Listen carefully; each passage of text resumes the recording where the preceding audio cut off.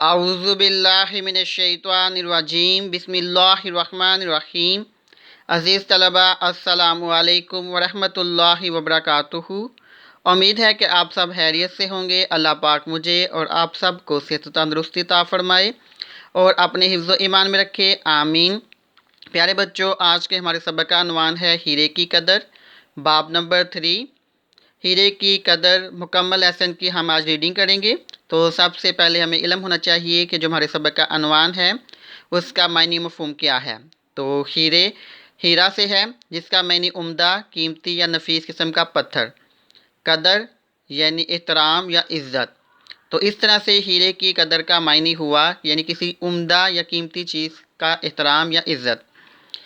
बहुत अरसा पहले की बात है, ये आप देख रहे हैं कि बहुत अरसा पहले की बात है। इसके बाद हतमा की लामत यानी इंग्लिश में इसको फुल स्टॉप कहते हैं, इस्तेमाल हुई है रमूज़ काफ उर्दू ग्रामर के लिहाज से।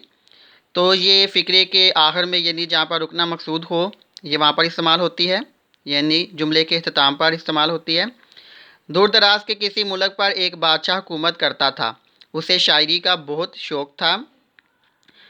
उसे यानी बादशाह को उसने अपने दरबार में बहुत से शायर जमा कर रखे थे। शायर यानी ख्याल परस्त लोग या शेर गो यानी जो शेर कहते हैं, जो भारी तनख्वाह पाते थे। भारी यानी बहुत ज़्यादा तनख्वाह, तनख्वाह का मैंने मुआवजा यानी महाना वो पगार जो लेते थे। वो बादशाह की तारीफ़ में बेहतरीन यानी नहायत अच्छा या उम्दा तरीन अशार सुनाते और दिन रात उसकी खुशामद में मसरूफ़ रहते। खुशामद यानी झूठी तारीफ़ में किसकी? बादशाह की।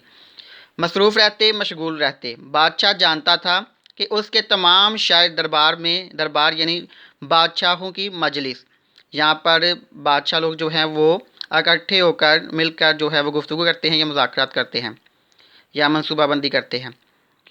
तमाम शायर दरबार में आकर खुशामदी बन जाते हैं ताकि ज़्यादा से ज़्यादा इनाम हासिल कर सकें। वो एक दूसरे से हसद करते, हसद यानी बुग़्ज़ करते और हर वक्त एक दूसरे को नीचा दिखाने की कोशिश में मसरूफ़ रहते। अलबत्ता का मैंने क्या है? बेशक। इन तमाम खुशामदी शायरों में अकील नामी एक ऐसा शायर भी था जो बादशाह के हुक्म के बगैर कभी दरबार में नहीं आता था। ना वो अपने साथियों की तरह बादशाह की खुशामद यानी झूठी तारीफ़ करता और ना ही उसकी शान में झूठे कसीदे पढ़ता। कसीदे का मायने है वो नज़म जिसमें किसी शख्स या शय की तारीफ़ बयान की जाए, कसीदा कहलाती है। यानी कसीदे की तारीफ़ क्या है? कसीदे का मायने क्या है? वो नज़म जिसमें किसी शख्स या शय की तारीफ़ बयान की जाए, कसीदा कहलाती है। एक दिन बादशाह ने अपने तमाम शायरों को दरबार में बुलाकर ऐलान किया कि वो मेरी सच्ची तारीफ़ करेगा, कि जो मेरी सच्ची तारीफ़ करेगा उसे इनाम में एक हीरा दिया जाएगा। ऐलान सुनकर तमाम शायरों के मुंह में पानी भर आया। मुंह में पानी भर आया ये मुहावरा है जिसका मायने है कि लालच में आ जाना या जी ललचाना। और वो ज़ोर शोर से मुशायरे की तैयारी में मसरूफ़ हो गए। हर एक ये सोच कर खुश था कि हीरा उसे मिलेगा। अगले रोज़ यानी अगले ही दिन शाही बाग में मुशायरा मुनक्किद हुआ। शाही बाग में मुशायरा का मानी है शायरों की मजलिस। मुनक्किद हुआ यानी उसका एहतमाम किया गया। तमाम शायर बेहतरीन पोशाकों में यानी कीमती लिबासों में मलबूस यानी बन संवर कर मलबूस होकर वहाँ पहुँच गए। कुछ ही देर में बादशाह भी आकर शाही तख्त पर बैठ गया। शाही तख्त यानी बादशाह के बैठने की कुर्सी, और मुशायरा शुरू करने का इशारा किया। इसके बाद नेक्स्ट पेज पर एक शायर आगे बढ़ा और उसने बादशाह की तारीफ़ में तवील कसीदा पढ़ा। तवील यानी दराज या लंबा कसीदा यानी किसी की तारीफ़ में लिखी गई नज़म पढ़ा। दरबार में वाह वाह होने लगी। बादशाह ने उस शायर को इनाम में हीरा दिया। वो सलाम करके बैठ गया। इसके बाद दूसरा शायर उठा, उसने भी कसीदा पढ़ा जिसमें बादशाह की तारीफ़ में ज़मीनों आसमान के किलाबे मिलाए गए। ज़मीनों आसमान के किलाबे मिलाना ये भी मुहावरा है, यानी بہت زیادہ تعریف کرنا، جھوٹی تعریف کرنا۔ تمام درباری جھوم اٹھے اور اسے بھی خوب داد ملی۔ داد ملی یعنی واہ واہ کی داد ملی۔ بادشاہ نے اسے بھی ہیرے سے نوازا۔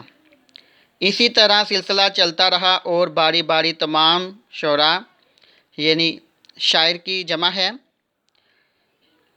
اپنا اپنا کلام سنا کر یعنی بات یا نظم سنا کر اور انعام وصول کر کے بیٹھتے گئے۔ البتہ عقیل ابھی تک خاموش یعنی چپ بیٹھا تھا۔ بادشاہ نے اسے اپنا کلام سنانے کو کہا تو وہ بولا، حضور جان کی امان یعنی معافی یا جان بخشی پاؤں تو کچھ عرض کروں۔ اس کے بعد یہ کویسچن مارک ہے یعنی استفہام کی علامت ہے۔ یہ سوالیہ فقرے کے آخر میں علامت استعمال کی جاتی ہے۔ بادشاہ نے اسے بات کرنے کی اجازت دی تو وہ گویا ہوا اجازت دی یعنی منظوری دی تو وہ گویا ہوا جہاں پناہ یعنی بولنے والا، جہاں پناہ بادشاہ یا حاکم، آپ عالم بھی ہیں اور خوب عقل مند بھی۔ عقل مند یعنی دانا، شاعروں کی عزت بھی کرتے ہیں، لیکن افسوس کی بات ہے کہ آپ گھوڑے اور گدھے کو ایک ہی استبل کا معنی یعنی گھوڑا باندھنے کی جگہ استبل میں باندھ دیتے ہیں۔